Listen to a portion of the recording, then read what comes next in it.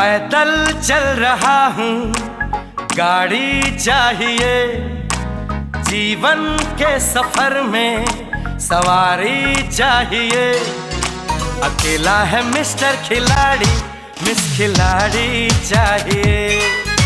अकेला है मिस्टर खिलाड़ी, मिस खिलाड़ी चाहिए।